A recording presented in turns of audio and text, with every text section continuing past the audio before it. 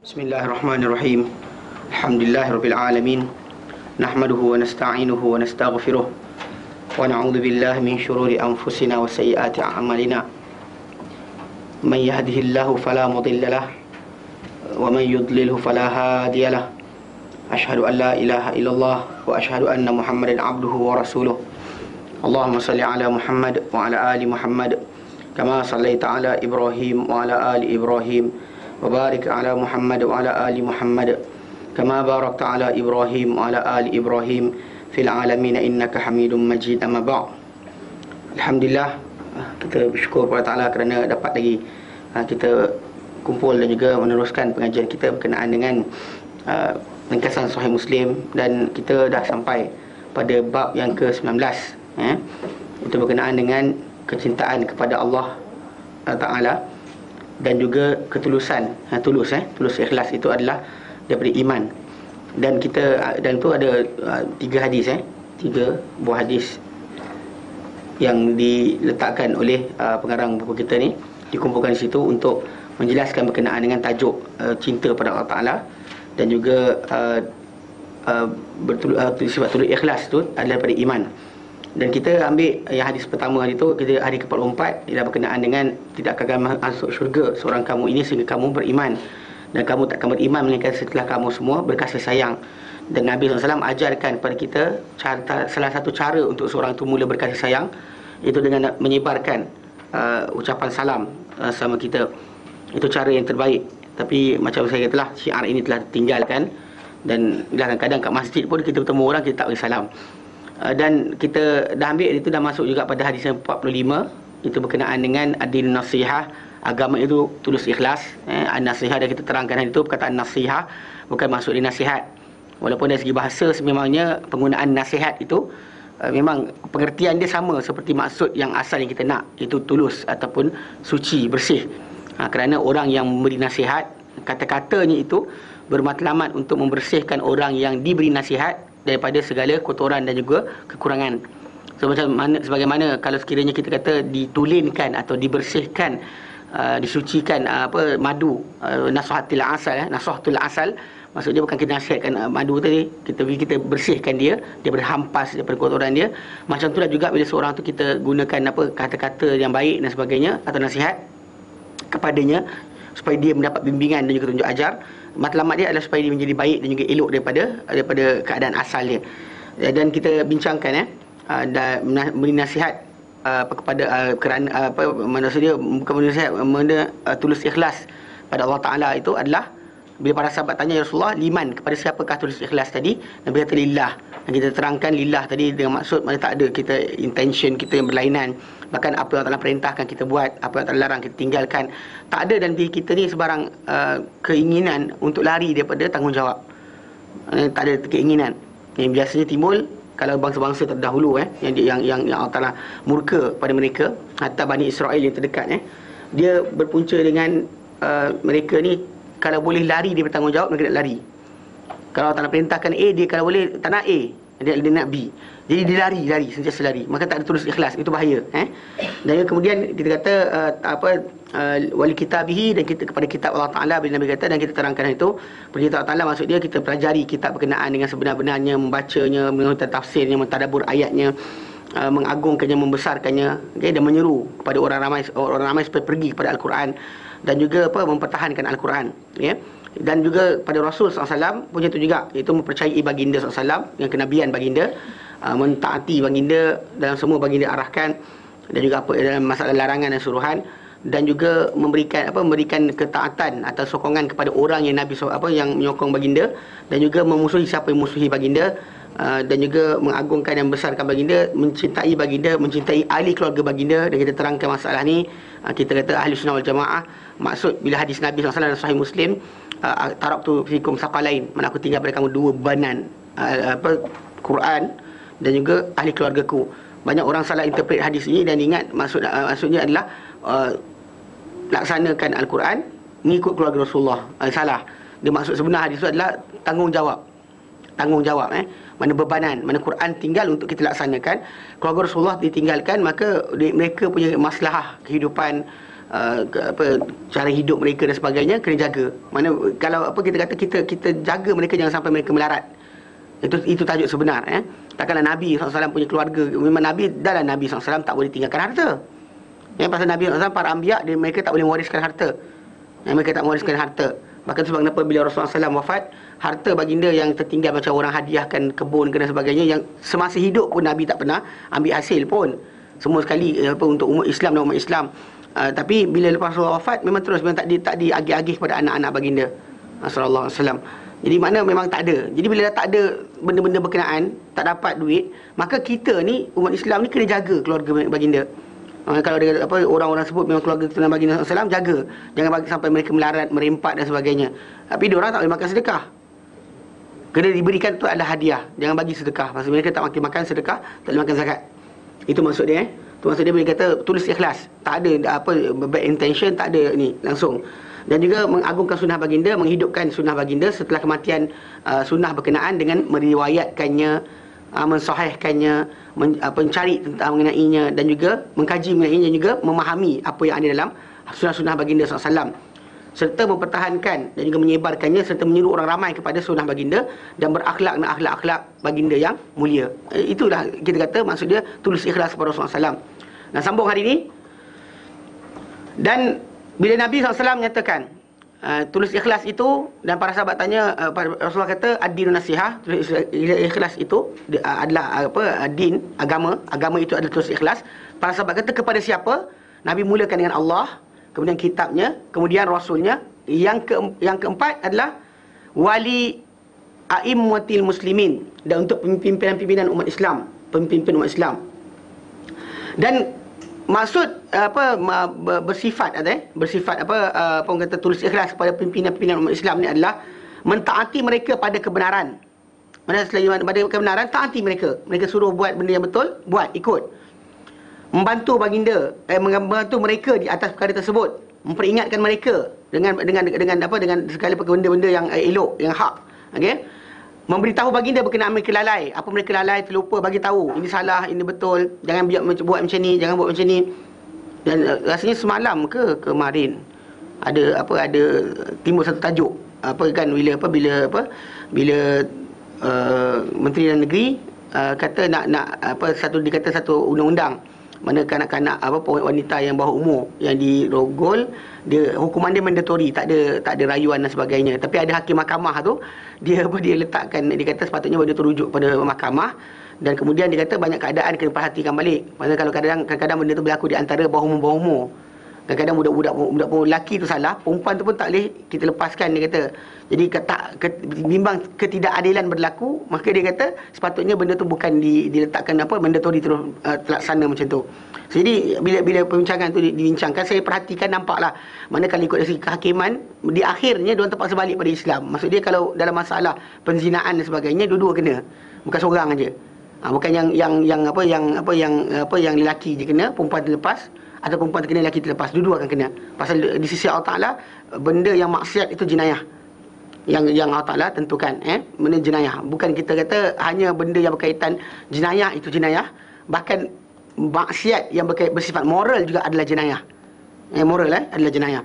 Jadi itu contohlah kita kata perhatikan, mana maksud dia kalau salah pun peringatkan, mana hakim tu peringatkanlah, dia peringatkan balik. Nampak cara dia ni, mana kalau menteri salah, hakim ingatkan, kita tak ada masalah benda tersebut, beritahu apa mereka lalai, atau apa benda mereka jahil, tak tahu mengenai urusan agama dan juga masalah dunia mereka, maka orang-orang ramai ni kena peringatkan. Erti kata lain macam ni, bila kita kata kita secara keseluruhan kita bersama dengan pemimpin tadi, sebenarnya Nabi SAW menyatakan bahawa kamu berikan pada mereka apa yang kamu suka, dan kamu sampaikan mana kamu apa benda yang mereka nak, kan, kamu buat, dan apa benda yang mereka tak suka kamu buat, jangan kamu buat. Mana, dan juga sebaliknya, kamu jangan kenakan mereka benda kamu tak suka kena kepada diri kamu, dan kamu kena ada pada pemimpin tadi benda yang sama kamu suka. Dia balik pada hadis yang pernah kita baca, yang Nabi kata la yu'minu ahadukum hatta yuhibba li akhihi ma yuhibbu li nafsihi. Benda tu sama di-apply di sini. Pasal macam mana kalau kita jadi pemimpin, kemudian kita orang menyampah kita, orang sekian, kita pun tak suka. Macam tu kalau pemimpin tu naik, kita dari bawah ni pun kena macam tu juga. Tak boleh kita kata kerana bukan bangsa kita ke, contoh bangsa dari masalah warna kulit. Kita ni Melayu Bugis, orang tu Melayu Jawa, yang tu Banjar, yang tu sekian, bila dapat bukan daripada kita punya silsilah keturunan, kita menyampah atau kenegerian dan sebagainya. Tak boleh. Mana kata lain, kita terima mereka bila jadi pemimpin, terima sebagai seadanya. Dan juga kita kata maksud tulus ikhlas kepada mereka ni, yang Nabi kata kepada mereka bukan tulus ikhlas, maksudnya yang kita sentiasa nak jatuhkan atas alasan kita nak ambil alih semata-mata. Pasal bahkan matlamat asal kita dalam Islam ni, para ulama bekerja dan bergerak menasihatkan. Janganlah ulama tu nak diam je, tak boleh lah juga. Atau sokong aja, semua pemimpin tu buat sokong. Walaupun salah pun sokong juga, defend juga, tak boleh. Dia kena betulkan apa yang salah dan juga mengiyakan yang benar, menafikan yang salah. Jangan sekali-kali dia menjadi berat sebelah ke kiri atau kanan. Mana kita kata yang hak, yang batil kata batil. Jangan kerana nanti kalau takut kata batil, yang hak tadi dikatakan batil atau batil katakan hak, bimbang kerana masalah jawatan dan sebagainya. Maksudnya kat situ ada tulus ikhlas. Bahkan kita sayang dia, tak nak dia masuk neraka, maka kita peringatkan dia. Faham tak? Kita bukannya menyampah dekat dia pasal dia harta banyak, kita harta sikit. Kita bukan menyampah pada dia pasal dia ni keturunan raja, kita bukan keturunan raja. Tapi kita tegur dia, perbetulkan dia sebab kita takut dia masuk neraka. Itu yang kita kata sayang untuk dia, apa yang sayang untuk diri kita sendiri. Bencikan daripada mereka ni apa yang dibencikan oleh kita daripada diri kita sendiri. Anything concerning that, itu maksudnya Nabi letakkan. Dia kata dalam hadis yang lain, dia kata dia kata antuk tihim ma tuhibbu an yu'ta ilaik. Mana kamu beri pada mereka apa yang kamu suka untuk diberikan pada diri kamu. Respect, penghormatan, kan, kedudukan dan sebagainya. Mana orang-orang cakap dengar. Contoh kita, orang cakap kita tak dengar, marah tak? Kita cakap orang tak nak dengar, marah. Okey. Macam tu juga dengan mereka, diorang cakap kita dengar. Mana jangan kita, diorang cakap kita lawan, lepas tu kita cakap dan kita nak suruh diorang dengar. Itu masalah lah. Dia tak boleh one side, kena two side. Okey. Itu masalah. Dan juga kamu benci untuk mereka ni apa yang wa tukrihu lahum ma tukrihu li nafsik, dan kau benci untuk diri mereka, mana jauhkan dari mereka ni apa yang kamu benci atau tak suka daripada diri kamu. Ini dalam hadis yang diriwayatkan dalam ini mungkin syarah muallif ni, mungkin datang dalam lafaz yang lain. Dalam kutubus sittah lafaz ni tak ada. Tapi lafaz yang paling tepat yang boleh kita nak tengok adalah lafaz hadis Nabi SAW yang kena dengan maksud ni adalah la yu'minu ahadukum hatta yuhibba li akhihi ma yuhibbu li nafsihi. Tidak beriman seorang kamu sehingga atau kurang iman seorang kamu sehinggalah dia sayang untuk saudara dia apa dia sayang untuk diri sendiri. Mana apa dia nak untuk diri, kena dia nak untuk pemimpin tadi. Macam tu juga. Itu maksud dia kena sincerity. Ini kata sincerity yang dikatakan kena ada. Dan macam kita kata macamnya kita kata keadaan dia bila Nabi kata dari akhir tu wa li a'immatil muslimin wa ammatihim, dan kamu terus ikhlas kepada pimpinan umat Islam dan orang awam umat Islam. Mereka kalau setiap manusia menjadikan beragama, dia jaga bab ini, tak ada siapa akan mencuri. Pasal kita takkan curi harta orang, pasal kita takut juga harta kita curi. Kita takkan contoh macam bawa anak dan orang berayau dan sebagainya, pasal kita tak nak anak-anak kita dibuat macam tu. Mana kita akan ada sentiasa kita jaga kehormatan orang lain, sebab kita nak kehormatan kita dicabuli. Sama je kedudukan dia tadi. Mana kalau kita tak nak orang umpat orang lain, orang kita jangan umpat orang lain. Sama macam itulah. Mana kita tak suka benda berkenaan untuk orang sebut, jangan kita suka untuk diri kita sendiri. Mana jangan kita, contoh macam kita ngumpat tak apa. Kan kita ngumpat tak apa. Dia mengumpat tak boleh. Bila dia kutuk kita marah. Mana menunjukkan kita ada masalah. Maksudnya tulus ikhlas, sincerity tidak ada. Macam contoh macam bila penyaga, dia kata macam masalah apabila dalam Quran Karim kata wailul lil mutaffifin. Celakaanlah bagi orang-orang yang mutaffifin, meringankan timbangan. Allazina idza talu 'alan nas yastawfun. Bila mereka menimbang ke atas manusia untuk diri mereka, yastawfun, mereka akan cukupkan. Ini kurang ni, tambah lagi. Ya, dah boleh, dia boleh. Wa idza kaluhum, apabila disukat untuk mereka, awwazanu, atau ditimbang untuk orang-orang lain, bagi barang dia, bagi orang pula, yukhsirun, mereka kurangkan. Allah kata ala yadhunnu ulaika, adakah tidak menyangka orang-orang ini, orang-orang berkenaan, annahum mab'utsun, mereka akan dibangkitkan semula liyaumin azim, untuk hari yang besar, itu hari kiamat. Tak rasa ke? Tak rasa ke orang ni? Kalau penipuan, penyelewengan, hutang tak bayar dan sebagainya, kalau orang tu sedar masalah tulus ikhlas tadi, yang Nabi katakan itulah agama, nescaya orang takkan buat. Faham tak? Orang takkan langgar, takkan curi, dan sekian. Sebab apa? Sebab semua bimbang ke atas diri dia, apa benda yang tak nak dia kasih kepada orang lain. Orang lain dia punya diri macam diri dia. Mana dia sayang untuk orang keselamatan, untuk diri keselamatan, untuk orang lain pun keselamatan yang sama. Kehormatan yang sama. Semua. Jadi itu kata yang masalah tulis ikhlas tadi. So kalau dia kata ada manusia yang kita lihat, yang bila yang macam Nabi terang kat sini, dia ni ada masalah dalam masalah sincerity dan sebagainya, maka dia sesama Muslim tak boleh, dengan pimpinan Islam tak boleh, dengan kitab Allah Ta'ala lagi, dengan Rasul lagi, habislah. Agama dia hilang. Agama tinggal nama je. Nama dia Muhammad, nama dia Ali, nama dia Abu Bakar, nama dia Uthman, nama dia macam-macam lah, nama sedap kan. Mu'tasim billah lah kan, kalau ikut raja-raja kan, nama Mu'tasim billah, Mu'azzim, benda tak macam-macam. Jadi semua nama tu tinggal nama saja. Nama tinggal nama. Kalau dia kata baik pimpinan, mana pemimpin yang tak sincere pada rakyat, atau rakyat tak sincere pada pemimpin, sama aja. Mana di sisi Rasulullah SAW, mana agama tu dah hilang. Pasal start situ, nanti start lah dengan Allah Ta'ala, nanti dengan Rasul, dengan dia akan ni balik. Mana kalau siapa yang jaga lima ke tempat berkenaan, mana sempurna agama dia cukuplah agama dia. Mana dengan Allah Ta'ala tidak ada masalah, dengan kitab Allah Ta'ala dia tak ada masalah, dengan Rasul dia tak ada masalah, dengan pemimpin umat Islam, bukan sebab dia dengki orang terlebih daripada dia, bukan sebab dengki, khianat dan sebagainya. Dengan sama umat Islam lain pun macam tu juga. 5 dia jaga, maka dia adalah contoh Muslim terbaik. Tak ada baik lagi. Pasal dia akan jaga semua sekali, pasal dia sincere. Bila dia bercakap untuk untuk kebaikan, untuk teguran dan sebagainya, memang dia sayang orang tu, takut orang tu masuk neraka. Jadi kalau kita kata konsep ini dilaksanakan, dunia ni akan aman lah. Tapi kerana benda ni tak diajarkan dan juga kurang dipertekankan, bahkan terjemahan bukan salah kan, nak ada nasihat, agama tu nasihat. Jadi last sekali orang tak tahu maksud di sebenar apa.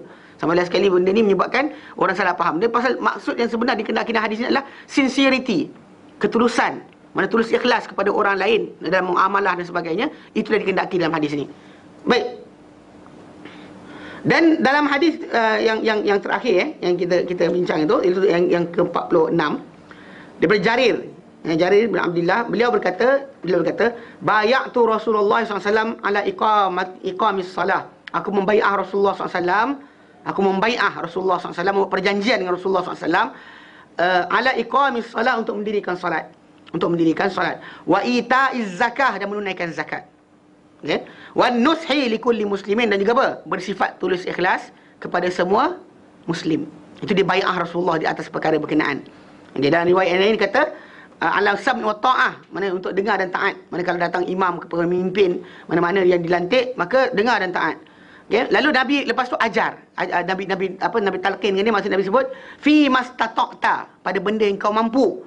Wa nushi likulli muslimin, dan bersifat tulus ikhlas kepada semua orang Islam. Okey. Dan kita lihat dalam hadis berkenaan Jarir bin Abdullah ni membai'ah Rasulullah SAW. Dahulunya membai'ah Rasulullah SAW ke atas kepada Rasulullah SAW ni bilangan dia berbilang, okay? Dan waktu dia berbagai-bagai. Kita mungkin dengar Baitul Aqabah, Bai'atul Ridwan, jadi bahkan bai'ah wanita-wanita yang datang jumpa Rasulullah SAW, datang dia lari daripada kampung mereka nak tinggal di situ, tinggal Madinah kan, bai'ah tadi Nabi ambil bai'ah wanita. Semua benda tersebut kita kata bai'ah ni berulang kali. Dan memang kita kata perjanjian, lafaz perjanjian tadi tu atas tanda sebagai mereka ni setia, taat setia mereka kepada Rasulullah SAW. Sekarang ni bai'ah ni lain. Kalau tak masuk tarikat tak ada bai'ah. Dia kalau dia kata biasa, hidup biasa macam ni tu, tak tahu tak walak kita pada siapa. Dan sebenarnya pengisytiharan walak tadi penting. Sebab kenapa kita sebenarnya dah diajarkan pelafazan benda berkenaan ketika pagi dan petang bila Nabi kata apa? Suruh sebut apa? Raditu billahi rabba wa bil islami dina wa bi Muhammadin nabiyyan wa rasula. Itu bai'ah kita lah tu. Itu bai'ah kita. Itu pengisytiharan kita. Dan pengisytiharan kita dalam solat, inna salati wa nusuki wa mahyaya wa mamati lillahi rabbil alamin la syarikalah. Itu bai'ah. Itu bai'ah sebenarnya. Penjanjian pelafazan kita, ikrar kita untuk perkara berkenaan. Cuma kita kata zaman dahulu, kalau cara pemilihan benda tadi, dengan jumpa Rasulullah SAW, dan jumpa kami bai'ah engkau Rasulullah untuk sekian-sekian. Dan dalam kisah tu timbul masalah, Rasulullah tidak bersalam dengan wanita. Mana perempuan datang, Rasulullah kena bai'ah engkau. Mana ikut zaman jahiliah, mereka tak kisah perempuan bai'ah pegang-pegang tangan dengan lelaki. Tapi Rasulullah SAW dengan jelas Rasulullah tak bai'ah wanita dengan pegang tangan. Rasulullah kata kata-kata aku untuk seorang sama seperti untuk semua. Untuk semua. Mana Nabi cakap macam ni dengan seorang, tapi kena pada semua orang, tak ada masalah. Tak perlukan kepada apa? Salam seorang-seorang. Seorang-seorang pegang tangan tak payah. Cukup memadai dengan semua sekali dengar dan juga melafaz membai'ah Rasulullah SAW di atas perkara tersebut. Jadi kita kata memang kita kata dalam tajuk ni berlaku berkali-kali bai'ah ni tadi, mengikut apa yang diperlukan daripada pembaharuan perjanjian ke ataupun penegasan satu urusan. Macam para sahabat ketika mana pergi umrah yang Hudaibiyah, mereka sangkut tahun ke-6 Hijrah. Mereka pergi dengan Rasulullah SAW, Rasulullah mimpi berkenaan dengan baginda akan dengan para sahabat akan bertawaf di Baitullah. Lalu baginda keluar dengan para sahabat. Ni kata keluar ni macam pertaruhkan diri, pertaruhkan nyawa. Pergi dalam keadaan ihram, mana boleh nak perang. Tak bawa senjata dan sebagainya. Jadi dia pakai baik ihram tu sampai dekat Mekah dah. Sampai dekat Hudaibiyah. Saya pergi umrah ada tempat Hudaibiyah tu, tempat orang suka berhenti situ. Lepas tu solat kat situ. Tak ada tempat, tak ada sebab nak kena solat. Tapi orang suka solat. Umar bin Khattab radhiyallahu anhu pernah bila mana dia ditanya, dia tengok, dia lintas di Hudaibiyah tu nampak orang solat dekat satu tempat, kat sebatang pokok. Lepas tu dia kata, apa benda ni? Apa pasal korang solat kat sini? Dia kata, ya wahai Umar, inilah pokok di mana Rasulullah SAW bai'ah dengan para sahabat. Umar yang duduk situ bai'ah dengan para sahabat yang lain. Tiba-tiba orang lain yang datang lepas dia sibuk solat dekat situ. Umar bagi arahan. Lepas tu Umar kata apa? Barang siapa yang sampai sini, sampai Hudaibiyah ni, waktu solat masuk, solat. Barang siapa tidak, jalan. Dia suruh jalan terus. So masuk terus ke tanah haram.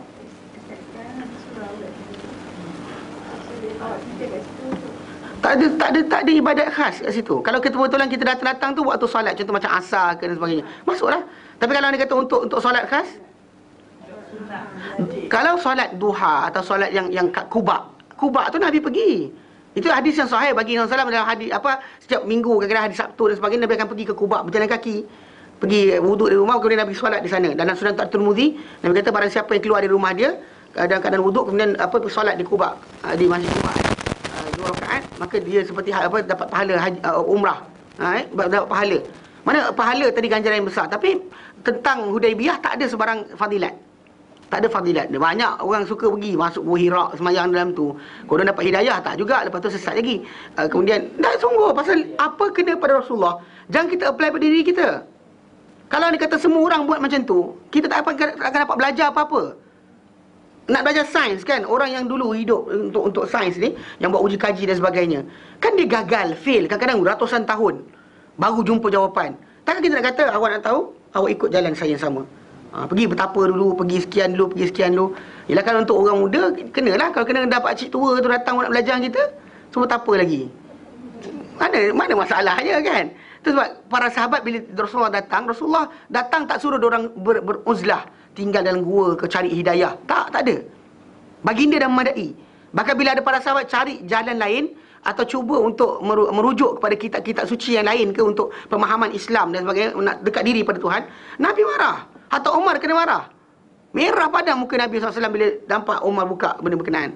Jadi kita kata secara tak langsung konsep dia, memang kita kata dalam masalah apa tempat-tempat suci ke dan sebagainya, tak ada, tempat-tempat tak ada.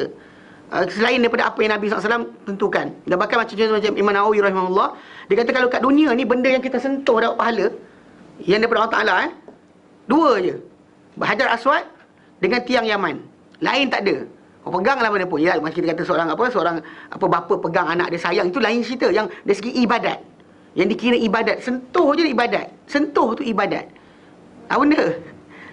Hajar Aswad dengan tiang Yaman. Datang kita pergi dekat Gua Hira, pergi cium kat situ. Buat apa pasal? Kan? Kaabah ke tak ada. Orang jahiliah je buat. Tapi para sahabat sendiri tak ada. Benda tak ni langsung. Bahkan bergantung-gantung di kelambu Kaabah tu, ketika Rasulullah SAW penaklukan Mekah, ada orang-orang yang murtad yang dulu dia lari kan, Nabi suruh cari dia. Orang-orang berkenaan ketika para sahabat masuk, dia sibuk pegang dekat kelambu Kaabah. Orang nak minta tolong selamatkan, jangan sampai orang tangkap dia. Itu yang kisah berlaku. Jadi kita kata masalah, kita kata konsep macam Hudaibiyah tadi, Umar lepas tu dia perintahkan pokok tu dipotong. Dia perintahkan potong pokok tu, jangan bagi tinggal. Pasal orang ramai akan dia biasa menziarahi kawasan berkenaan, tak ada masalah. Tapi ada ibadat khas tu tajuk lain. Macam kita kata sebenarnya umrah ni, kalau kita kata kalau yang paling bagusnya orang tu pergi umrah, dia tengok macam mana kalau dia pergi haji nanti apa benda suasana yang akan dihadapi. Dekat sini mana nak pergi, mana nak jalan. So dia ada calculation awal. Itu maksud dia, bukan macam pergi blur. Lepas tu kursus haji pula, blur lagi. 2 kali blur. Dia tak nampak apa. Bila pergi umrah tu nampak dah. Nampak dah kawasan apa? Kawasan Mina, nampak dah kawasan Tawaf, nampak dah. Kan nampak, sepatutnya ambil general idea apa benda yang ada kat sana. Kalau aku jalan kaki ke sini, jauh ke tidak. Barulah pergi haji, nanti kita relax. Ini pergi-pergi. Kan? Dia sibuk tengok jubah, kan, cari apa minyak wangi, cari macam-macam lah, masuk jalan-jalan, pergi apa, masuk apa Hotel Hilton, kan, tengok pasar raya. Apa bendanya? Kan, benda dalam pasar raya Malaysia bersepah. Tapi kita kata silap faham. Sebenarnya kalau pergi umrah tadi kita ambil peluang itu untuk itu. Jangan Hudaibiyah tu tengok kita dah tempat bersejarah, tak ada masalah, tapi janganlah kita guling-guling kat situ pula. Ada orang pergi nak solat kat situ berebut orang ramai. Kalau memang waktu Zuhur, masuklah. Saya boleh jadi mutawif tahun bulan 3 tu. Ada orang ajak apa syarikat tu minta kan. Saya pergi sekali lah, tapi tak rasa payah nak pergi. Tak boleh. Tu kelas banyak. Kedua, jaga orang ni payah. Jaga kambing tak apa, kita boleh sebat. Kan? Jaga kambing degil kita boleh sebat, kan? Anak kita nakal, kita marah. Ni orang tua kan datang-datang yang berumur warga emas kan tak dengar cakap pun ada juga. Yang hilang 3-4 kali pun ada juga. Kan, kita jadi macam ni ya Allah, mana pula hilang, kan. Lepas tu sampai saya kata tak apa, balik dulu. Tapi ustaz dia hilang ni, takut dia merajuk dengan saya. Nah, balik dulu, saya kata pergi makan. Nanti pukul berapa nanti kan tengok ada sampai balik. Sampai dah. Ini banyak yang nyanyuk pun ada. Macam-macam lah. Yang apa pandai-pandai sendiri pun ada juga. Jadi kita kata secara tak langsung pening kepala. Tapi cerita dia bila duduk dengan saya, bila orang kata ustaz dekat sini ada fadilat, tak ada. Jalan. Dia tak jalan. Orang jadi happy je. Kalau biasa kalau kadang-kadang orang kita yang pergi umrah dan sebagainya, tempat-tempat tu tadi dia orang tak tahu apa. Mutawif punya kerja. Mutawif. Kalau mutawif tu jenis yang apa yang belajar hadis Nabi SAW dan dia setia dengan Nabi. Tulus ikhlas dengan Nabi. Bukan dia lari divert ikut supaya orang tengok dia bagus, cerita bukan-bukan dan sebagainya. Dia cakap apa Nabi kata, apa Nabi buat, Nabi kat sini ada apa, kat sini ada apa. Stop situ je. Kalau kita di sini dahulu ada seorang pakcik tu, dia berdoa-doa minta kaya dan dia kaya. Orang pun melupur pun masuk. Janganlah macam tu. Kan tak boleh jadi rosak. Ibadat tu rosak dan bahkan orang ramai tak tahu mana. Dan bahkan ada separuh orang tu kadang-kadang buat sebab apa? Sebab ustaz dia kata. Ustaz dia kata bagus, dia boleh masuk. Dia tak tahu kenapa semayang, tak tahu. Kan? Itu masalah. Itu bahaya dia. Macam jadi kes dulu kan, saya ingat dekat Yaman dulu ada orang pergi umrah. Pergi umrah. Pergi umrah lah. Dia lintas Yaman. Balik tu mana pergi tu transit Yaman sekejap. Balik tu memang singgah Yaman betul lah. Dia ada kumpulan warga daripada mana entah. Dia ada separuh tu nurse dan sebagainya kan. Dia ada duit lebih pergi umrah lah ikut satu travel agency ni. Dia dengan kata tuan ni mati dah. Dia tak tahu lah. Tuan ni pelik sikit lah. Dia suka ajak orang pergi ke kubur-kubur wali-wali dekat selatan Yaman. So jadi bila pergi sana, macam makcik ni kan, kita jumpa kita orang, kita ajar dulu. Tapi bila sampai sana, dia balik umrah, singgah ke Yaman, turun ke Hadramaut. Sampai Hadramaut, orang budak-budak ni yang ustaz tu bawa pergi ke kubur-kubur wali. Kemudian ambil tembur tanah, seluk ada lubang, dengan kubur tu lubang seluk, sapu badan. Yang nurse ni tadi dia kata pelik, ini kan tempat bakteria. Kan orang mati apa pasal kubur pula jadi sapu muka. So dia balik bila sebelum dia balik ke Malaysia, dia orang singgah Sana'a sekejap. Kemudian kat situ dia jumpa dengan pelajar. Ada kebetulan dia orang ada bawa barang, siapa entah bawa barang apa untuk seorang pelajar tu. So dia bersembang. Dia kata ustaz, dia kata benda tu ada ke? Kan yang batu nisan ni kena pegang dapat berkat, yang ini kubur wali ni tanah dia berkat dan sebagainya. Lepas tu ustaz ni pun kata mana ada. Yang junior-junior saya dia kata mana ada. Tapi kami hari tu orang tu tunjuk macam ni. Kan kubur tu kan banyak kuman banding dengan kebaikan. Lepas tu dia tahu. Lepas tu budak-budak ni kata, habis akak buat ke? Makcik buat ke? Buat dah semua orang buat. Tak, dari dia tak yakin. Dia tengok benda tu dia pun pelik, apa yang kena buat. Tapi kerana semua buat, dia pun so tu bahaya dia. Itu masalah yang banyak dekat Hudaibiyah dan sebagainya. Jadi kita Hudaibiyah je lah. Baginda SAW ketika ditahan di Hudaibiyah kan, bagi dia pergi tu gamble. Tapi kita dah ada bai'ah para sahabat yang ketika mula awal tu bai'atul Aqabah pertama, kedua. Kemudian bai'ah kabilah-kabilah datang masuk Islam dan sebagainya. Ada bai'ah yang macam ketika hari berkenaan, ketika mana dia orang tersekat sampai di Hudaibiyah, dia orang tak dibenarkan masuk. Dia orang beritahu kalau masuk memang perang. Masuk memang mereka akan berperang. Jadi problem sekarang ni memang Rasulullah SAW memang dah mimpi. Cuma Nabi, macam Nabi kata pada Umar, bila Umar sibuk kata, ya Rasulullah, engkau Rasulullah kenapa kita mengalah? Rasulullah kata, aku mimpi, aku beritahu engkau mimpi, tapi aku beritahu ke kita akan bertawaf tahun ni. Dia kata, tak, kita akan tawaf. Nabi kata, mungkin bukan sekarang, kita akan datang, tapi kita akan tawaf. Kau jangan bimbang. Yang Umar duduk pening kepala, kenapa kita mengalah? Kenapa kita mengalah, dia kata. Kenapa kita ikutkan juga permintaan orang-orang musyrikin. Tapi dalam kisah berkenaan, baginda SAW pergi tu, dalam keadaan berihram dan sebagainya. Jadi bila tersekat, baginda Uthman tawarkan diri untuk pergi ke Mekah, buat dialog lah dengan orang Mekah supaya benarkan Muslim, orang Islam masuk. Tapi ketika Uthman pergi, balik lambat sangat. Sebelum balik lambat sangat, sampai kan ada mungkin umat Islam ni sampai berita menyatakan bahawa dia telah dibunuh di Mekah. Ketika itulah baginda SAW ni ambil bai'ah daripada para sahabat, mana kalau apa terjadi pada Uthman, diorang akan masuk perang. Walaupun dalam keadaan tak cukup persiapan dan sebagainya, diorang akan masuk perang. Tapi Uthman baliklah, kita kata tak mati dibunuh. Cuma kita kata dalam kisah tadi yang kita dapat perhatikan masalah bai'ah tu. Kan para sahabat yang sama adalah para sahabat yang pernah bai'ah Rasulullah dahulu. Kan ketika masuk Islam, ketika bai'atul Aqabah dan sebagainya, tapi ketika ini diperbaharui ikut janji yang baru. Faham? Jadi bai'ah ni yang biasa zaman Rasulullah SAW dahulu berlaku berulang kali.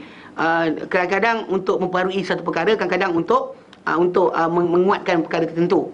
Dan kalau sekiranya kalau dulu ada dipanggil bai'ah wanita, contoh dalam surah dalam Quran, kalau boleh nak buka, yubai'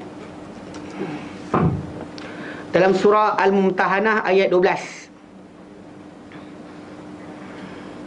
Surah Al-Mumtahanah ayat 12. Ini yang surah Al-Mumtahanah ayat 12 tu, itu adalah bai'ah, dia panggil bai'ah perempuan, bai'ah orang-orang perempuan. Tapi bai'ah perempuan ni kadang biasa lelaki pun kena lafazkan juga. Dalam bai'ah perempuan dalam surah Al-Mumtahanah ayat 12, Allah menyatakan a'udzubillahi minasyaitonirrajim. Ya ayuhan nabi, wahai nabi, idza ja'akal mu'minat, bila datang pada engkau wanita-wanita, yubayi'naka, yang mereka wanita-wanita tadi membai'ah engkau, ala alla yusyrikna billahi syai'a, bahawa mereka takkan sekutukan Allah Ta'ala dengan satu benda pun. Wala yasriqna, yang mereka takkan mencuri. Wala yaznina, mereka takkan berzina. Wala yaqtulna auladahunna, mereka takkan bunuh anak-anak mereka. Wala ya'tina bi buhtanin, dan mereka takkan mendatangkan dengan perkara bohong. Yaftarinaha baina aidihinna wa arjulihin, yang mereka ada-adakan dengan hadapan mereka pun dia di tangan dengan tangan mereka atau kaki mereka, tak kira mana-mana depan mereka, apa mereka buat dengan pembohongan ke tak, mereka takkan buat benda berkenaan. Wala ya'sinaka fi ma'rufin, dan mereka takkan ingkari engkau, mendahakai engkau pada perkara maksiat, mendahakai engkau pada perkara ma'ruf, mereka tak ingkari engkau. Fabayi'hunna, Allah Ta'ala kata, wahai Rasulullah, wahai Muhammad, bayi'hunna, mana bai'ahlah mereka, menerimalah bai'ah mereka. Wastaghfir lahunallah, dan mintalah ampun untuk mereka kepada Allah Ta'ala. Wastaghfir lahunallah, innallaha subhanahu wa ta'ala ghafurur rahim. Itu contoh bai'ah. Bai'ah yang kita kata bai'ah perempuan, yang zaman Rasulullah SAW dahulu, memang wanita-wanita bila datang bai'ah, dia bai'ah dengan bai'ah berkenaan. Tak mencuri, takkan sekian. Itu tajuk dia. Jadi kita kata bai'ah ni adalah bai'ah yang biasa berlaku. Jadi macam kisah yang Jarir bin Abdullah ni, dia bai'ah Rasulullah SAW, dia bai'ah Rasulullah SAW. Mana kat situ duduk juga kedudukan mana bai'ah dia tadi adalah bai'ah macam dibarui baru, atau dia masuk Islam, datang maka dia janji dengan Rasulullah SAW. Jadi bai'ah tadi lafaz dia berbagai-bagai lah, kerana occasion berbagai, lafaz pun berbagai. Tak ada bai'ah dia bai'ah yang khas saja, bai'ah tu bai'ah berbagai-bagai bentuk dan lafaz yang berbagai. Jadi Rasulullah SAW bai'ah dia dengan apa? Untuk apa? Untuk mendirikan solat, menunaikan zakat, dan juga memberi bersifat tulus ikhlas kepada semua orang Islam.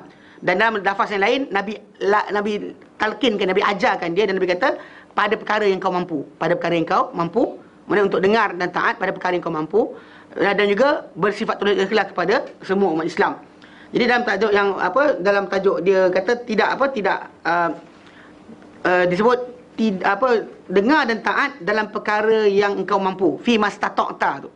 Itu dalam perkara tersebut wujud bahawa Allah Ta'ala tidak taklifkan satu nyawa melainkan apa dia mampu saja. Ini kita kata rahmat Allah Ta'ala. Kita ni dia bertanggungjawabkan dengan tanggungjawab. Dia bertanggungjawab tu sebenarnya yang kita mampu saja. Yang kita mampu. Benda luar jangkauan kita, bukan bawah penguasaan kita tak ditaklifkan. Itu sebab kenapa Nabi letakkan fi mastata'at. Mana dengar dan taat, as-sam' wa ta'ah, Mana aku ambil janji atas kau, dengar dan taat, tapi pada apa? Pada benda yang kau mampu. Pada benda yang kau mampu, pada benda yang kau mampu. Jadi kita kata daripada kata-kata Nabi SAW ni menunjukkan kepada beliau. Maka Jarir bin Abdullah tak perlu lafazkan. Dia cuma lafazkan, ya Allah, Rasulullah, aku janji kau untuk dengar dan taat. Okey, lepas tu Nabi pun kata, pada apa? Benda yang kau mampu. Pada benda yang kau mampu. Nabi sebut ni tu. Pasal kalau tidak, nanti kan kita dengar dan taat pada benda yang tak mampu, ni masalah. So Islam kita kata tidak memberatkan kita dengan perkara yang kita tak mampu. Jadi baginda SAW suruh dilafazkan fi mastata', pada benda yang kau mampu. Jadi dia pun pada benda yang aku mampu. Seolah-olah baginda kata pada dia, pada apa yang kau mampu, dan di atas itu Jarir bin Abdullah kena sebut lafaz berkenaan bagi meletakkan syarat yang sama ke atas diri dia. Kalau tak, nanti dia kata, aku janji pada kau ya Rasulullah untuk dengar dan taat. Tapi mungkin ada kalinya kita lemah daripada melaksanakan, maka kita terlanggar bai'ah tadi, maka kita dikira pengkhianat. Itu masalah. So orang Arab zaman dahulu, kita kata kadang-kadang mungkin tak ada lawyer, tak ada kertas peguam dan sebagainya, tak ada ni, tapi dia orang lafaz mulut tu memadai. Lafaz mulut dah memadai. Kadang-kala ada perjanjian bertulis, macam kisah sulh Hudaibiyah, perjanjian Hudaibiyah tu ada bertulis. Tapi dalam masa sama, kadang-kala dalam bentuk lain, para sahabat dengan Rasulullah lafaz saja, tanpa lawyer, tanpa apa. Pasal mereka ni bai'ah Rasulullah di atas akidah, bukan di atas yang lain. Okey.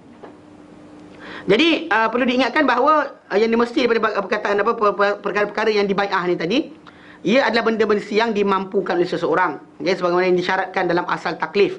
Sebagaimana Allah Ta'ala firmankan dalam Quran, dalam surah Al-Baqarah ayat 286. Dan termasuk dengan bai'ah tadi mesti benda yang apa? Benda yang sahih je.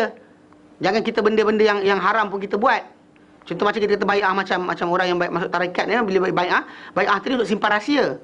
Simpan rahsia dan sekian-sekian, ataupun mengakui guru tarekat dia sebagai khalifah yang wakil sampai Rasulullah. Tapi sebenarnya tak ada. Pasal tak bukan bentuk macam tu pun. Pasal kita kata amalan Islam ini telah sampai kepada kita dengan jelas dan nyata, tanpa perlu melintas orang tertentu. Tanpa kata orang lintas sekian. Nak tengok benda berkenaan, dalam Quran ada, dalam hadis Nabi SAW ada, dalam tulisan para ulama dah ada, cukup. Cuma kita sekarang ni yang lintas bai'ah tadi sebab apa? Kita nak ambil amalan. Actually amalan tertentu. Bila orang masuk tarekat dia nak ambil amalan, contoh macam zikir, selawat khas, cara zikir, benda tertentu lah, pengetahuan tertentu di bai'ah. Itu bai'ah lain. Yang bai'ah kita maksudkan tadi, dan yang Rasulullah SAW ambil daripada para sahabat, lebih berbentuk umum dan kenegaraan. Ketaatan dalam kepimpinan, bukannya dalam keadaan biasa. Bukan bai'ah untuk sakat biasa je, tak. Dia bai'ah tadi untuk menzahirkan mana kalau Rasulullah suruh apa-apa, dia akan ikut. Rasulullah pergi perang, dia akan perang. Rasulullah minta senjata, dia akan bagi senjata. Rasulullah suruh bayar, dia akan bayar. Tak ada sebarang ni. Tak ada sebarang dakwa-dakwi, dia akan jalankan. Hatta Rasulullah pergi perang-perang, tak ada tadi. Tapi itu kita ada extend sebagai tarikat, dia nak benda yang sama, itu jadi kes yang keluar. Jadi maunah dan sebagainya, kes tu lah.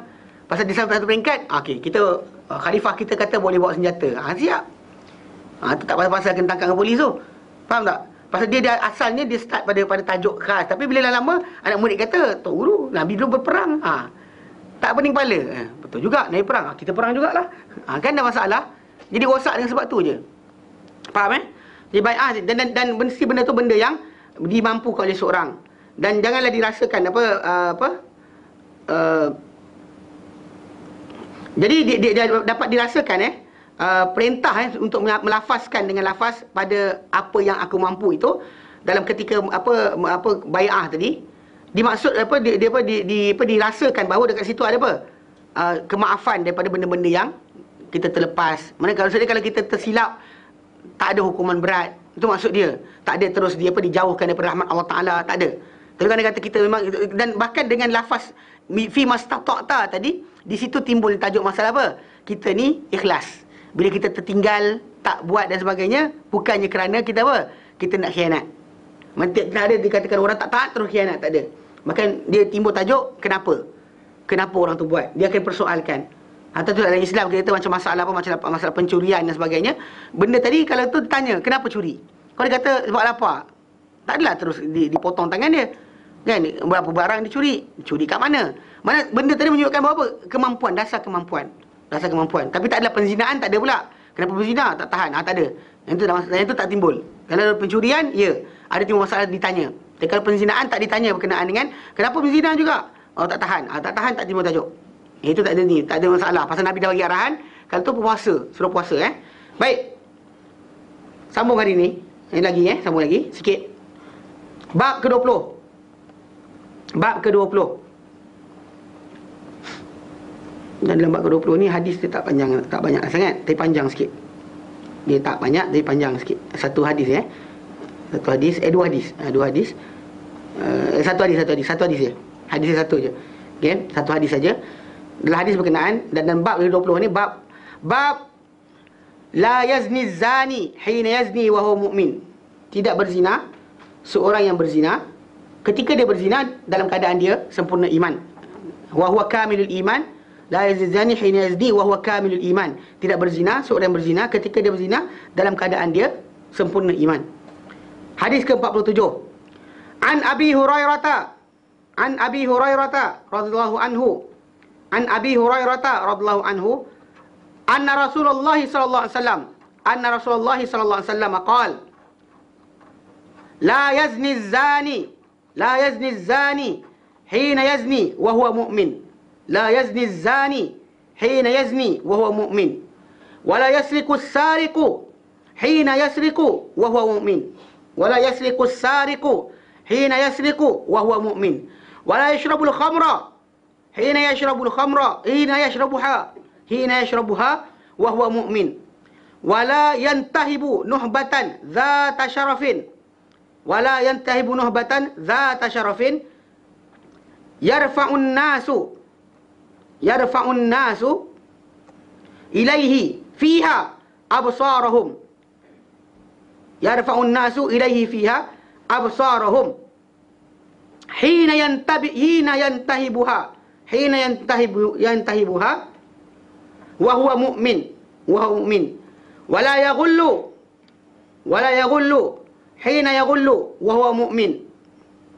Wa la yaghullu hina yaghullu wa huwa mu'min. Fa iyyakum wat-taubatu ma'rudatun ba'du.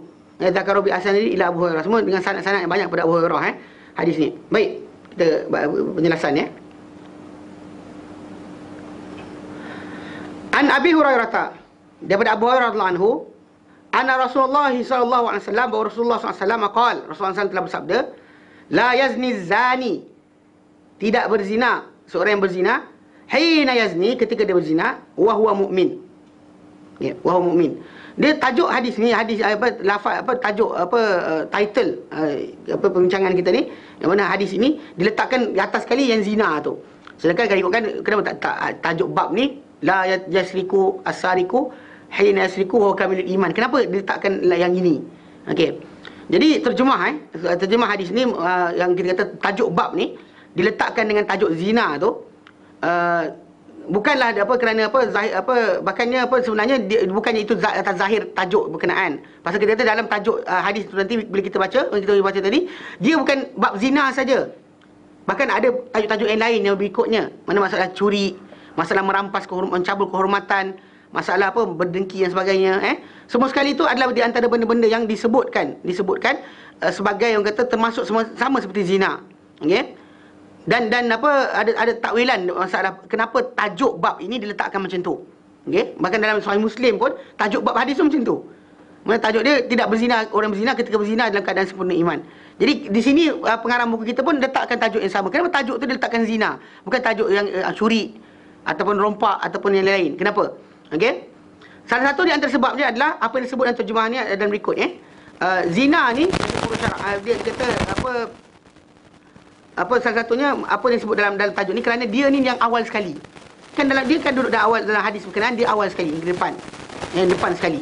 Yang ni kita kata yang bentuk jelasnya pasal hadis tadi dimulai dengan benda tersebut. Sebab kenapa dalam hadis masalah ya iman Yaman, hikmah Yamaniyah pun kita juga dimulakan hadis tadi dengan masalah tajuk al-iman Yaman. Dia ambil dekat situ. Jadi bab tu diletakkan macam tu. Jadi walaupun maksiat yang dimaksudkan dengan orang tu ketika dia buat tak sempurna iman dia, di situ duduk dia sebenarnya kerana perkataan zina tadi datang dari awal. Okey. Dan zina ni daripada urus syarak. Zina ni dari segi urus syarak adalah memasukkan ke dalam faraj kemaluan yang diharamkan. Okay. dan apa kemaluan yang diharamkan ke atas kemaluan yang diharamkan dalam segi syaratnya, maksudnya tak halal, tidak halal. Mana kita perbuatan tersebut yang lelaki tak halal perempuan, perempuan tak halal pada lelaki berkenaan. Okay, dan dia disukai dan juga diseronokkan oleh manusia ni secara tabi'i. Dan dari keadaan macam tu, walaupun kita kata benda ni sepatutnya diharamkan dengan nyata zaman kita sekarang ni, dahulunya benda ni berat. Masyarakat timur menganggap benda ni tak elok, kan, orang India ke Cina ke dan sebagainya, benda ni aib. Tapi mana perhubungan luar nikah, luar pernikahan, kita lihat sekarang ni kerana dengan media massa dan sebagainya menjadi macam benda tabi'i, macam tak ada masalah. Dia macam apa benda, kesedukan, ini apa benda, tak ada benda, dia jadi macam tak kisah. Jadi bahaya kerana sebenarnya pasal benda ni dalam segi asas ni memang kita kata memang tak sepatutnya berlaku. Mana kata pasal untuk kehormatan keluarga tadi, untuk kehormatan seseorang itu, tak kira semua dari semua arah, kan. Maksud dia benda-benda antara yang diharamkan sejak asal kecuali dihalalkan. Kecuali dihalalkan dengan nikah, Pasal kita kata dalam Islam ni kita ada banyak benda. Contoh macam bab makan. Kita bab makanlah apa kita nak, sekali lagi tak datang dalam pengharaman tentang makanan tadi. Kalau dalam syarak dan masalah ibadat, kita tak boleh ibadat kecuali datang nas suruh. Kalau dalam bab makanlah apa nak, selagi tak datang pengharaman. Dalam muamalah macam tu juga, jual belilah macam mana kita nak, kecuali datang pengharaman untuk jual beli berkenaan.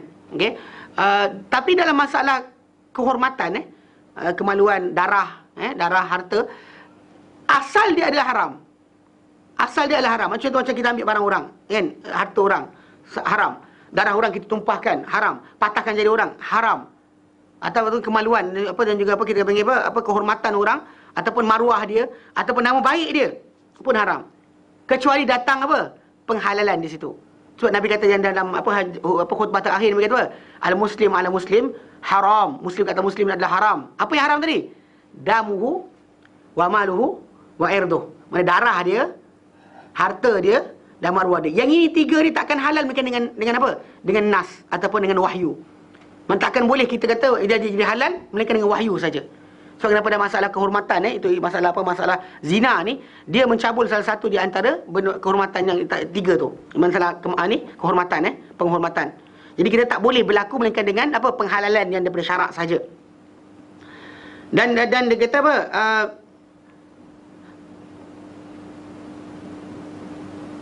okey, jadi dia kata dia tadi tajuk tu, tidak berzina, ketika berzina dan ketika berzina dia beriman. Maksud dia tadi yang dimaksudkan adalah iman tadi tak sempurna. Kita ahli sunnah wal jamaah tidak mengeluarkan seseorang daripada lingkungan iman dengan dosa besar. Okey, maksud dia kita tak keluarkan dosa besar, tapi kita tak keluarkan dia daripada iman. Maksud dia kita ada kata dia ni telah terkeluar Islam. Walaupun mungkin kalau Mu'tazilah, golongan Mu'tazilah atau golongan falsafah, dia letakkan kadang-kadang orang buat dosa, dia kata orang tu telah kafir. Sebab apa? Dia kata ini perintah Allah atau larangan Allah Taala, ini kehendak nafsu atau ajakan nafsu. So, bila manusia tu dia pilih nafsu, maksud dia apa? Dia hilangkan perintah Allah Taala, dia ikut nafsu. Jadi bagi mereka orang-orang berkenaan telah kafir. Macam Khawarij dulu, dia kalangan para ulama hadis, mereka boleh terima hadis daripada Khawarij. Sebab apa? Golongan Khawarij ni menipu tu haram. Dia menipu, dia bodoh dari masalah pemahaman hadis. Diorang bodoh, diorang tak tahu. Dia baca Quran, dia tak faham Quran. Dia tak sampai tekak je, tak masuk ke hati pun. Mana dia baca Quran benda tak sampai ke hati dia sampai ke tekak je. Tapi bila kita kata tak faham, maka kita timbul tajuk. Dia sahabat semua kafir, Ali silap, ini sekian, dia pergi dia hukum semua orang kafir. Semua dikafirkan. Ni Khawarij. Dan mereka antara benda yang berlaku, sebab kenapa setengah ulama hadis ni boleh terima orang yang macam dikatakan terpengaruh dengan Khawarij punya fahaman ni, sebab apa tahu? Sebab mereka tak akan menipu. Kalau Syiah pula, sebaliknya, kalau Syiah pula akan ditolak hadis dia kalau diketahui dia ni Syiah, dan lebih-lebih kalau dia cerita berkenaan dengan Ali dan sebagainya, sebab dia ni biasa menipu. Manusia Syiah dia ada kuat daya untuk menipu tu kuat. Mana dia akan reka cerita tak ada, dia akan reka kata ada. Dia akan ada-adakan cerita, dia akan divert kisah berkenaan. So jadi benda-benda yang berlaku macam ni kita kata nyata dan jelas lah. Cuma kita kata contoh macam Khawarij ni, dia berperangai apa tau, menipu pun kafir dah. Menipu pun kafir. Semua orang kafir dengan sebab dosa-dosa besar. Tapi kita kata ahli sunnah jamaah kita tak buat macam tu. Kerana kita kata dalam masalah dosa besar tadi, dia menghilangkan orang tadi dari segi masalah kelebihan dan juga kebaikan. Tapi orang tu ada ruang untuk taubat lagi. Dia masih ada ruang untuk taubat, dan juga masih lagi buka peluang untuk dia untuk masih lagi meneruskan Islam.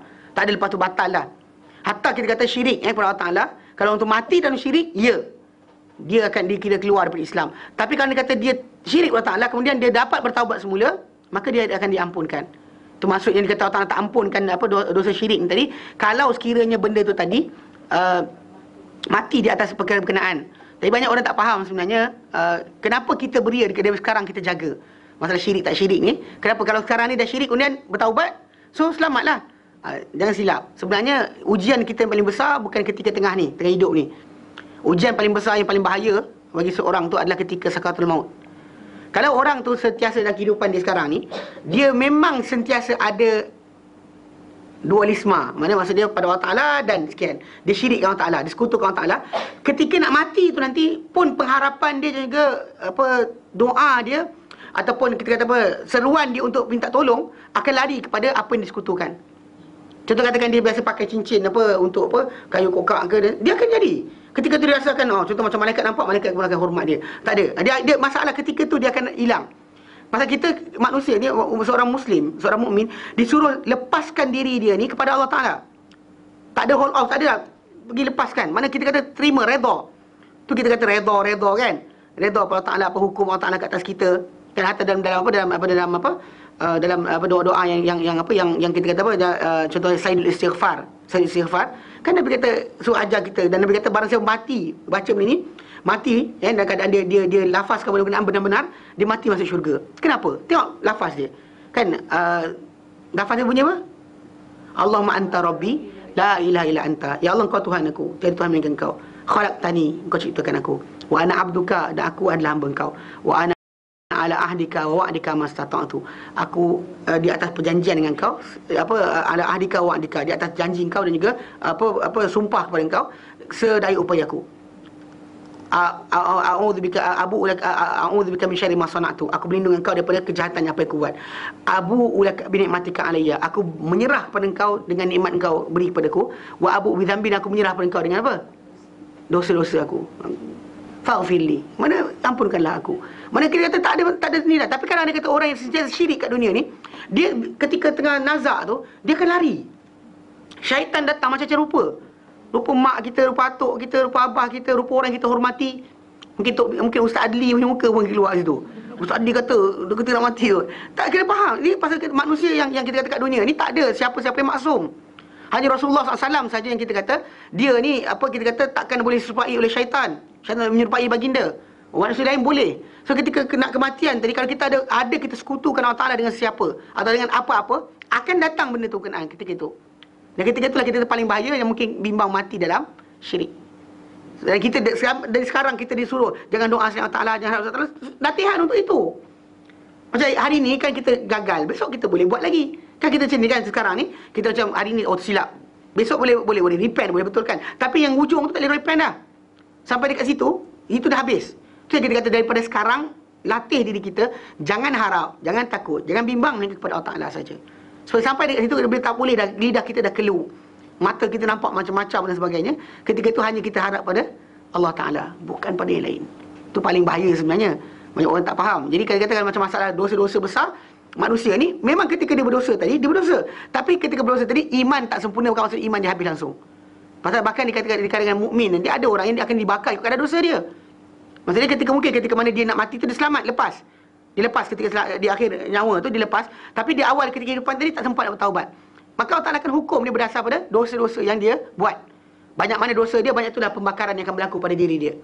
Kalau banyak, banyaklah. Kalau sikit, sikitlah. Ikut kadar masing-masing. Itu sebab syurga tu bertingkat-tingkat. Tapi janganlah kita nakkan syurga bawah sekali, takut tak lepas langsung. Tak apalah, last kali pun tak apa juga Ustaz. Macam 10 kali ganda, raja paling kaya dunia. Kalau lepas, kalau diampunkan, kalau tak diampunkan, pasal dalam pengampunan manusia di sisi Allah Ta'ala, itu hak mutlak dia, bukan hak kita. Kita disuruh buat. Dan memang dia janji dia akan berikan. Tapi yang layak. So kita kata ratio ahli syurga ahli neraka 1 dan 1000. Kalau dah penuh kuota 1 dan 1000 tadi, kita nak duduk mana? Dah depan. Kita yang ke apa? Yang dah 1000 dah depan kan. Tinggal last sekali. Tapi tak kuatan tak ada dah. Sangkutlah. Pasal kita tu kenapa Nabi kata dalam hadis yang sahih, dia kata Adam AS Allah Ta'ala suruh dia utuskan rombongan neraka dan rombongan syurga. Lalu bila Adam berkata apa rombongan neraka, apa rombongan syurga tu ya Allah? Dia kata daripada anak cucu kau 1000 orang, 999 dan neraka, 1 dan syurga. 999 dan neraka, 1 dan syurga. 99 dan neraka, 1 dan syurga. Berat. Syurga ni berat untuk kita kejar tu jauh. Itu sebab kenapa buat kerja sungguh-sungguh supaya akan lepas. Kalau tidak nanti kan kita akan takut sangkut agaknya murjiah. Tak beramal tapi nakkan syurga Allah Ta'ala. Harap-harap dah mengucap lepas kot. Tak ada. Tak ada lepas kot. Dia pernah sujud. Pasal dalam masa lafazkan tadi. Kadang-kadang kita lafazkan kerana apa? Kerana adat, kebiasaan. Pasal masyarakat kita semua Muslim. Kadang-kadang ada orang Islam tak tinggalkan Islam hanya kerana keturunan. Tapi ada masalah praktis Islam tak praktis langsung. Bahkan macam kita kata nama tu Muslim tapi non-practicing Muslim. Dia Muslim, nama dia Muslim tapi dia tak praktis Islam pun. Tapi dia yang peliknya apa tahu? Nama dia Muslim. Ini menyerah submission kepada Allah Ta'ala tapi tak submit langsung. Tak submit, dia tak submit diri kepada Allah Ta'ala tapi nama dia mengaku dia Muslim. Ini pelik. Ini si Islam dia pelik. Dia adalah orang yang pelik. Yang bahkan kita kata bimbang nanti tertolak langsung tertolak langsung di Allah Ta'ala pasal dia tidak mematuhi segala yang disuruh, yang diperintahkan. Dan kita kata apa? Dia tidak mencuri, seorang mencuri, kita mencuri dia beriman. Macam tu juga. Pasal kalau dia beriman, dia percaya akhirat, percaya syurga dan neraka, percaya hukum Allah Ta'ala akan datang sekali lagi ke atas dia, maka iman dia ada, kalau sempurna, maka dia akan tahan diri dia. Tapi kalau dia kata iman dia tak sempurna, dia akan apa? Dia akan langgar. Dan macam juga orang minum arak. Ketika minum arak, kalau dia tahu ketika minum tadi dia beriman, dia kata Allah Rasulullah SAW laknat dan sebagainya, dia akan tinggalkan. Maksudnya iman tadi tengah sempurna. Dan kita kena faham iman kita naik dan turun. Iman kita up and down. Ada masa kalau macam Ramadan, Qarin kena ikat kan, rajin je keluar sedekah. Allah kata kan. Tak ada masalah. Lepas Ramadan punyalah kedekut, tak tahu kenapa. Dia kata habis beli baju atau raya kan, contohnya lah kan. Jadi sebenarnya manusia ni ada iman dia up and down. Dan bahkan kita kata kadang-kadang kita punya iman kita sempurna, kuat. Kita nampak benda yang haram, kita tegas dan kita tak nak. Tapi ada kalanya, tak apalah, sikit-sikit je. Ketika-ketika iman tengah hilang lah. Iman kita tengah hilang, surut. Lepas tu kalau kita macam dengar azan, kita lari. Itu maksudnya iman tengah naik. Iman kita naik dan turun. Tapi kesempurnaan iman tadi berlaku betul-betul apabila orang tadi apa? Bila mana dia mencuri, dia tinggalkan, berzina, dia tinggalkan kerana takut pada Allah Ta'ala. Pasal orang macam kita pernah terangkan bahawa bila orang tu rasa Allah Ta'ala perhatikan dia sentiasa, dia akan nak sentuh pun dia akan fikir, Allah Ta'ala nampak aku. So maksudnya iman dia sempurna.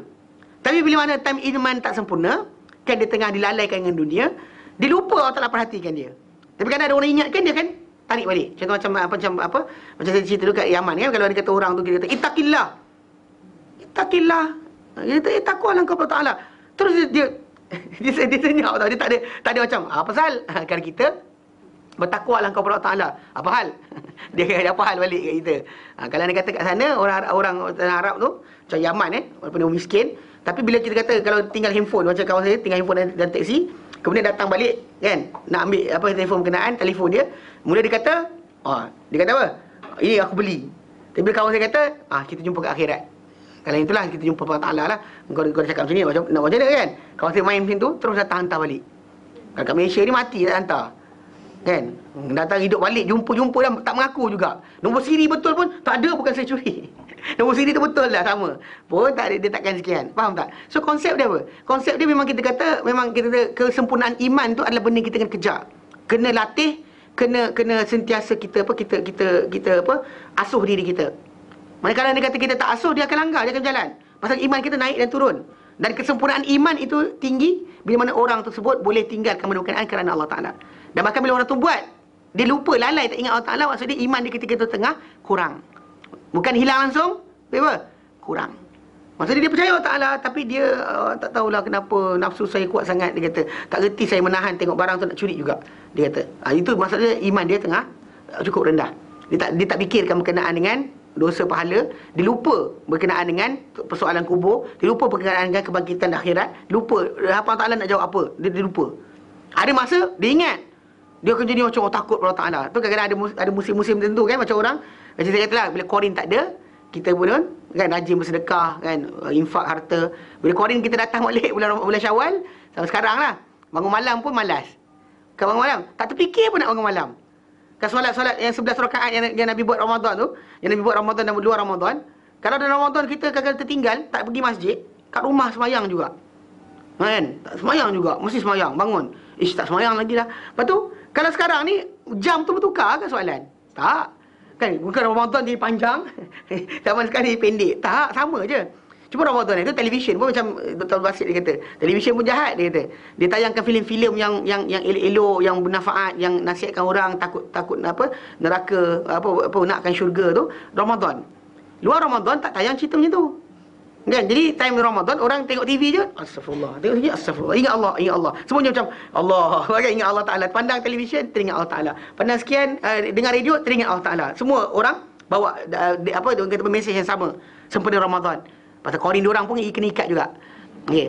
Dia semua orang kalau Qarin kena ikat semuanya buat baik. Tapi lepas Ramadan dia tayangkan filem macam ni, jadi kita lalai, kita tak teringat pun. Tak teringat dia rasa kejar pahala tadi kan. Ramadan tadi hilang.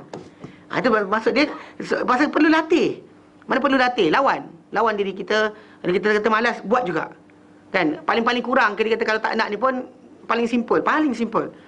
Solat sunat rawatib 2 rakaat sebelum atau selepas solat-solat fardu. Ikat diri kita dengan benda berkenaan. Ikat. Maksud dia kata buat janji, Allah aku akan buat benda ni. Buat. Memang datang waktu buat. Ini kadang-kadang elok kalau kat masjid pergi tu solat. Kat rumah tak solat. Kenapa? Suasana. Kan dia environment. Asal budak dia kata environment ustaz. Kan orang solat, kita pun solat. So problem sekarang kita solat kerana Allah Ta'ala ke kerana environment? Jangan buat pasal benda tu dah syirik. Kalau buat macam tu syirik bahaya. So ibadat kita tu mesti lillahi ta'ala. Jadi antara cara dia, ketika depan orang ke belakang orang ke, buat. Sebab seorang pun buat, ramai pun buat. Jangan sekali-kali kita tinggalkan. Maka lepas tu dia akan didik diri kita untuk rasa takwa kepada Allah Ta'ala tu sentiasa. Bukan ketika depan orang, bukan ketika belakang orang kita tinggalkan. Faham? Jadi ini latihan. Itu sebab kenapa kita kata ibadat dibuat untuk pelatihan. So kalau orang tu nakkan supaya takwa tu tinggi, iman dia sempurna, dia kena upgrade dari segi masalah kerja dia. Dan laksanakan, tak kira orang nampak atau tak nampak. Barulah dia akan dapat latih iman dia tadi menjadi benar dan kuat. InsyaAllah kita sambung kemudian. Nanti kita akan masuk pada wala yantahibu nuhbatan zata syarafin, dan dia tak akan mencabul kehormatan seorang yang mempunyai kemuliaan sampai akhir hadis nanti insyaallah. Okey, wallahu taala alam.